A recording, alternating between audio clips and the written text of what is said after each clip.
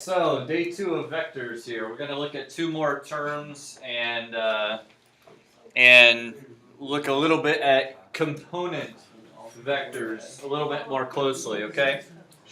So, a little bit of review.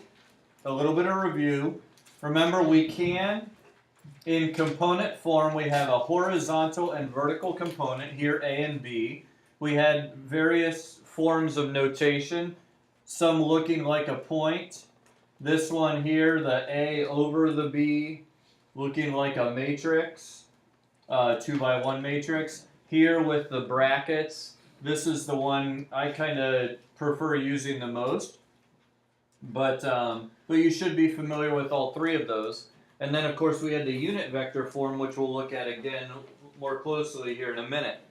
One thing that first term that I want you to be familiar with is what's known as a position vector. Okay? A position vector really is any vector that's talking about one point's position relative to another point. So if I have vector AB, that would be the position vector of B relative to wherever A is. Okay? In fact, when you were doing your practice from last night, where'd it go? I think I put it away. When you were finding, the components to get from one point to another on the very first problem, you were finding a position vector of the second point relative to where the first point is. And basically, think of it as though you're giving directions on how to, if you were starting at A, how do I get to B? Okay? If you are simply given a point, like the point A is 2, 3, you can write that as a position vector relative to, what point would this be? Origin. The origin. If I were to start at the origin, how do I get to A? I go 2 units to the right and 3 units up. Okay? That's one way we can translate points into vectors. Okay? Is to write them as a position vector. Alright? Now, our unit vector form. I introduced this form yesterday a little bit. This A times vector I plus B times vector J. You can see here we have the bold notation for a vector, the bold font. Okay? Now, notice here, I is the vector 1, 0. It has a magnitude of 1, that's what makes it a unit vector. And it's moving simply 1 unit to the right. Okay? J is our vertical unit vector, and it simply moves 1 unit up. Okay? So its magnitude is also 1, making it a unit vector. Alright? So when I am writing a vector in unit vector form, if I were writing this vector OA in unit vector form, I would be writing it as 2 times vector I plus 3 times vector J. Alright? And if you think of that in terms of the vectors that we have, it's 2 times 1, 0 plus 3 times 0, 1. Bring this up a little bit. Plus 3 times 0, 1.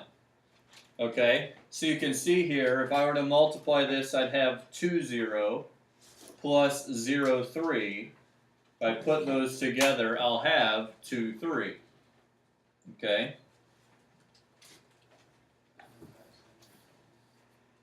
So we can see here, alright, we know that, come on, what is it?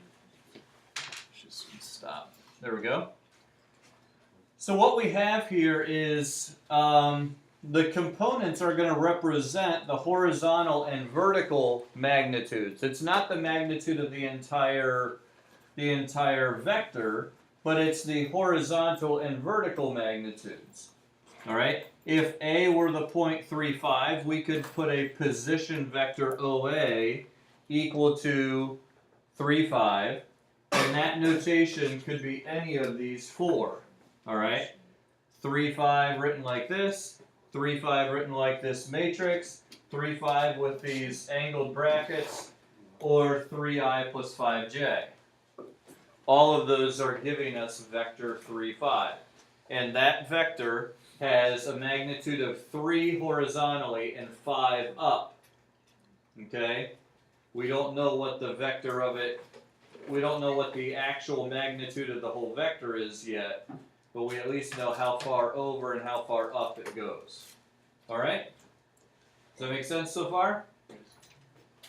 Alright. So, now, one thing that we can use here is we can use this in a situation like with projectiles. Okay? And the reason why these components are helpful is we may be given a vector that has an angle and a magnitude. Like let's say, we're shooting something off at so many feet per second at this angle. Now you know because of gravity that the moment it leaves the ground, that angle is changing. Okay? Because gravity is pushing it down. That's why we have this arc here. But what we're able to do, if we break that initial velocity vector into horizontal and vertical components, like you see here, 3i and 5j, what we're able to do is figure out, okay, how long will it take us to reach a target that's this far away? That'll help us figure out a time, a unit of time, and then if we have used a height formula, okay, which we'll look at later, we can then use this vertical component to determine exactly how high it will be when we are this far away. And this is how we can tell, okay, let's say we're kicking a football through for a field goal. Is it going to clear the crossbar? Upwards.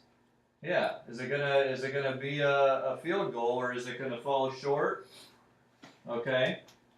Or if we're trying to launch something over something, will it clear that wall or that whatever that thing is in the way? Okay.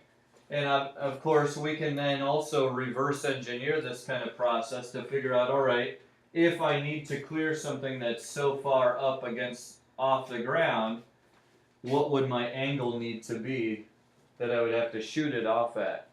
Okay, can I shoot it at a shallow angle like this, or should I shoot it up more in order to clear this thing?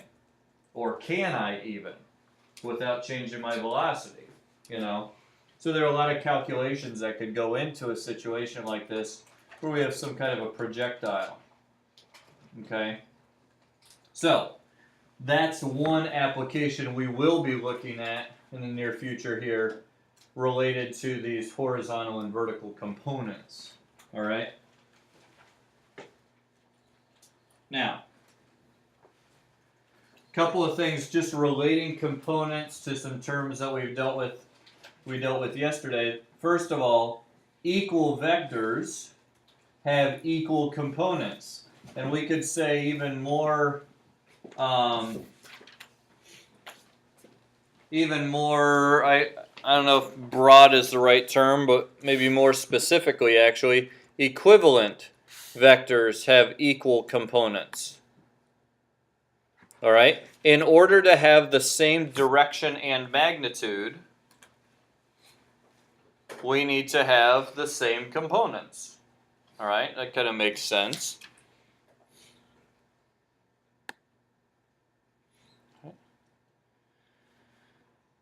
But now let's talk about how we would get these component vectors if we have 2 points. Okay? And what we're talking about, remember this term position vector. Right? Position vector. I told you we can find a position vector of a point relative to a given starting point. Okay, so when I'm finding vector AB, that's the position vector of B relative to where A was. Okay? Now, there's a couple of things that you can do with this. First of all, you'll notice here a little formula. Okay? To get the horizontal component, if A is given as a point on the coordinate plane and B is given as a point on the coordinate plane, you can subtract the x-coordinate of B minus the x-coordinate of A. And then do the same thing with the y. Subtract the y-coordinate of B minus the y-coordinate of A. And the order here does matter. Okay? You have to subtract the coordinate you're coming from the coordinate you want to go to. Alright? So, taking a look at an example here.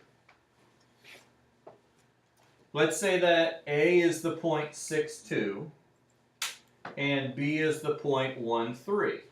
Okay? If I'm finding the vector AB, I need to take the x-coordinate of B, so 1, and I need to subtract the x-coordinate of A from it. Alright? That gives me a horizontal component of -5. Okay? Then I need to take the y-coordinate of B, 3, and I need to subtract the y-coordinate of A from it. So 3 minus 2. So I now know that vector AB is -5, 1. Okay? Now, one thing that I would recommend, you have a formula here that you can memorize, but make sure you understand what you're doing. Because I think in a lot of cases, that actually just using logic and understanding of the situation is actually easier in helping you find your components for your vector. We're talking about how to get to point B from point A. So think about it. If I'm starting at 6, 2, how would I get to 1, 3? Well, horizontally, I've got to go from 6 to 1. So what do I have to do? I have to go to the left 5, right? Which is a -5. To get from 2 to 3, I've got to go up 1. There's my +1. It's kind of like back when you were doing slope. You learned a formula, but once you understood rise over run, you really weren't having to use the formula if you just thought about moving from one point to the other. Same thing applies here. Okay? Now, let's go the other way. If I wanted to find BA, all right? If I want to go from point B to point A. You just flip the sign, it's the last one. Okay. I'm going from 1 over to 6. That's a +5, right? And I'm going from 3 down to 2. That's a -1. And Matthew's correct here. How do we get the opposite direction? Flip the negative. Yeah, we make it the opposite. This is a negative of vector AB. Okay? This is the same thing. So you actually, once you have AB, you don't really even have to look at the picture anymore. Just make it the opposite. We're going the opposite direction horizontally and the opposite direction vertically. Okay?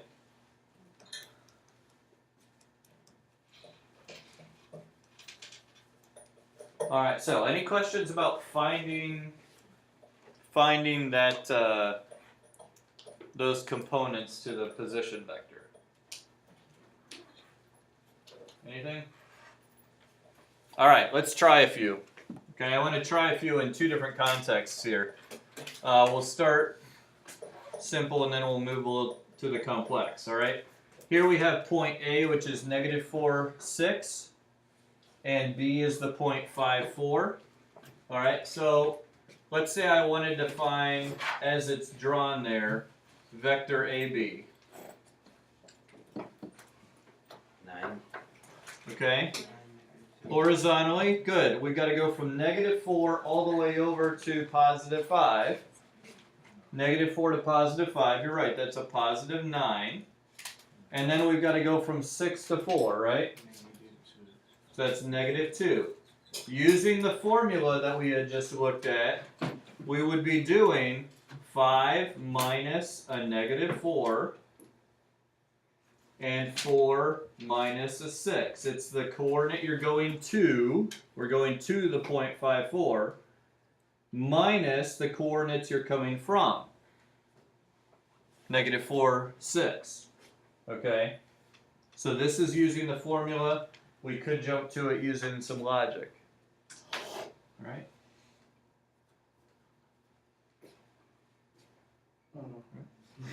Okay. So now what's BA? Negative. Good, -9, 2. -9, 2.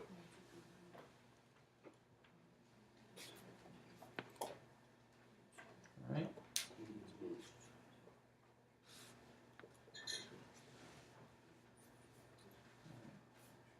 Any questions or comments on that?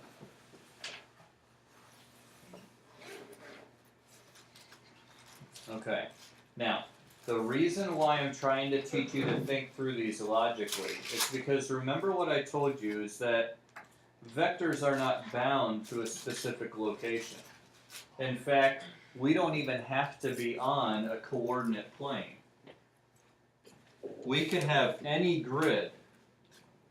Notice there's no origin here. So we don't really have coordinates to subtract, do we? Okay. However, if I want to go from B to A, notice what I'm looking for is, when I'm finding BA, I'm saying what is the position of A relative to where B is. So it doesn't matter what the coordinates are, I'm stating this relative to what B is. Okay, so if I start at B, how do I get to A? Go to the left 4 and down 1. Left 4 and down 1, so that translates into the vector. -4. Excellent. -4, -1. Okay? Now, take a minute or so here and try to find the other 5 here. Don't call them out. Just write them down as you get them. Okay?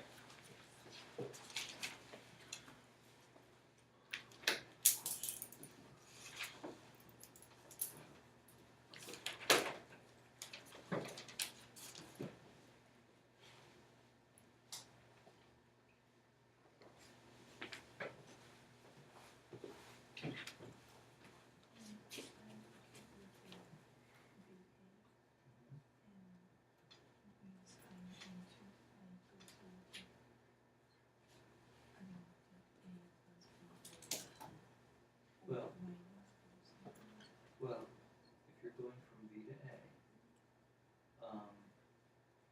you want all the subtractions. What you would do.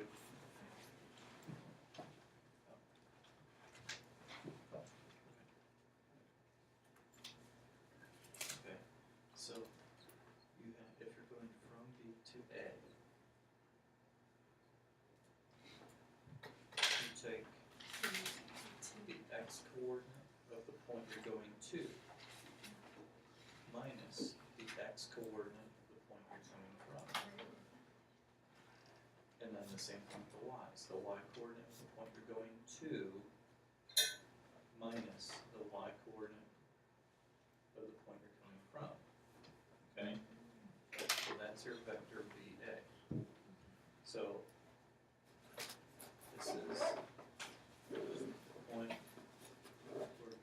2.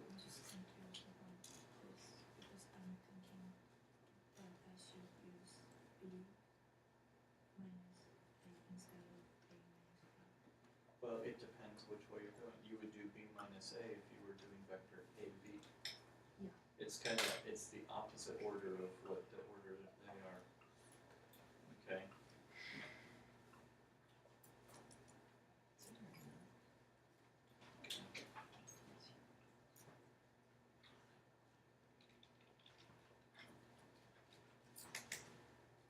Right, so think about your starting point is what you're gonna subtract your starting point from your ending point.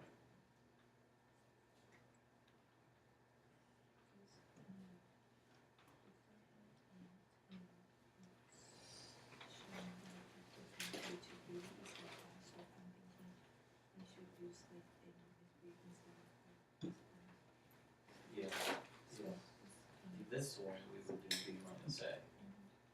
For ba we have to do a minus b. It's just the opposite of. Okay.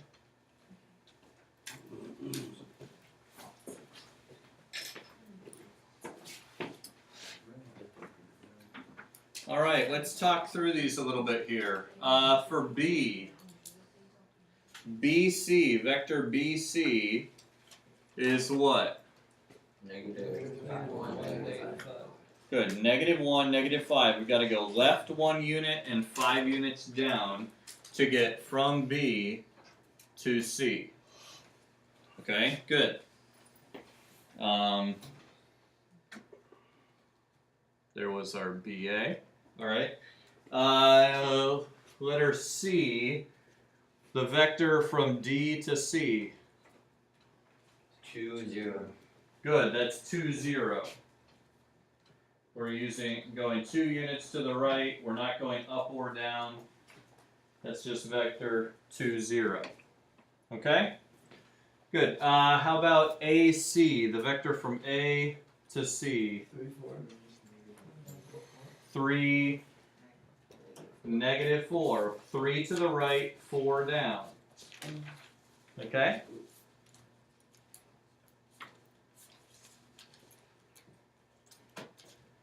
Now, CA. Negative 3, 4.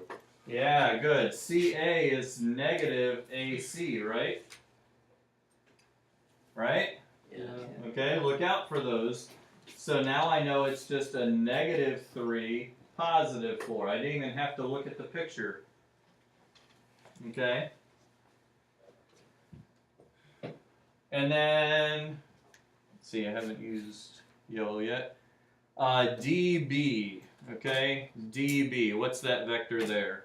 3, 5. 3, 5, okay? Let's raise this up.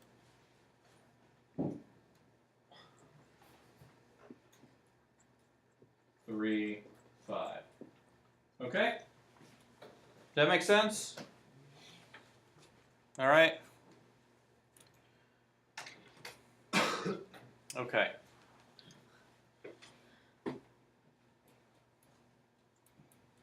Now, the last thing I want to look at today here is how do we take these components and use them? All right? And I want to start here by just dealing with the magnitude of a vector. And we kind of alluded to this yesterday. Okay?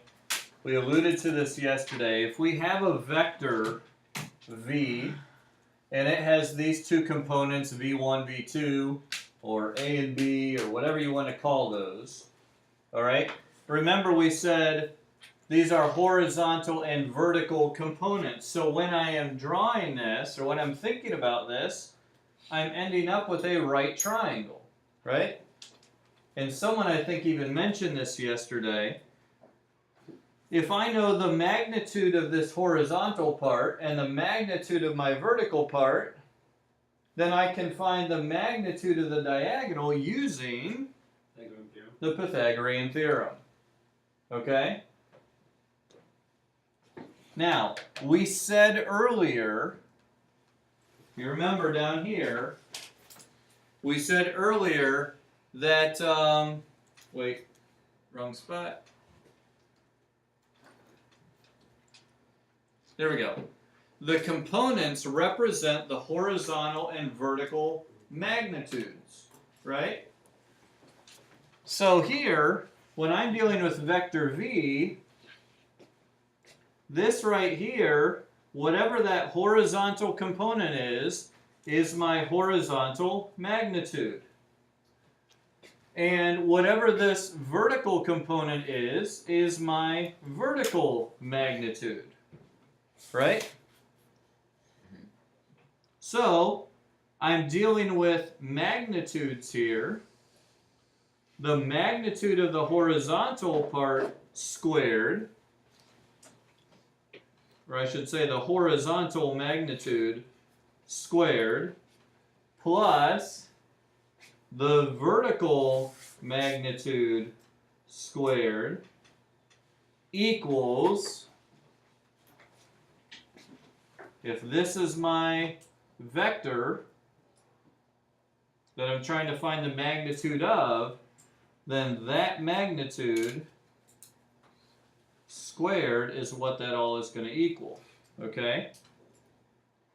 So, to solve for the magnitude of v, I square root both sides, and I simply have the magnitude of v is the square root of the horizontal component squared plus the vertical component squared.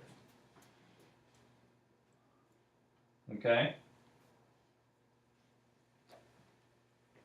So, for example, if I have v that is the vector negative 3, 4, okay? Let's say this is my negative 3, 4. That means I have this horizontal component that's negative 3 units in magnitude. I have a vertical component. Oh, whoops, I went the wrong way. Hang on. Negative 3, 4 should look something like that. So I have this horizontal component that's negative 3 units of magnitude. And then I have a positive 4. So if I'm using my Pythagorean theorem, I would say that the magnitude of v equals the square root of negative 3 squared plus 4 squared. And you might recognize this as a Pythagorean triple. This is 5. Okay? That's not absolute value, that's magnitude, right? That's magnitude, yes. If you prefer and would like to use the double vertical lines, that is another valid way of putting magnitude. If you want to just make sure you don't confuse the two, you can. I usually just use the one, but okay? So there's our magnitude. That's the first way we can use these components.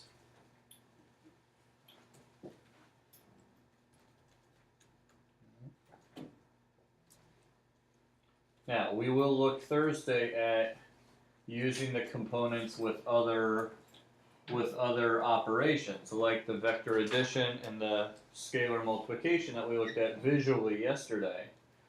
Okay? But for right now, all we're doing with these is the magnitude. Okay? So, what we're going to do is actually just some real simple practice, a little bit of what we had already done, where you want to find the component form and the magnitude, though. Okay?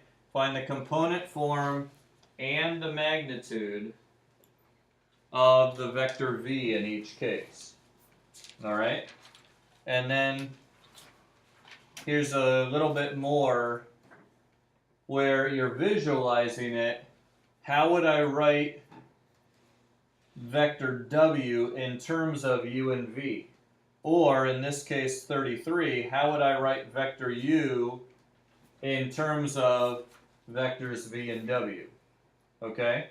So you'll have to think a little bit about that one and what we were doing yesterday. It'll kind of tie it together here. Alright, so not terribly difficult practice, but it'll be helpful in just solidifying these concepts in our minds. Okay?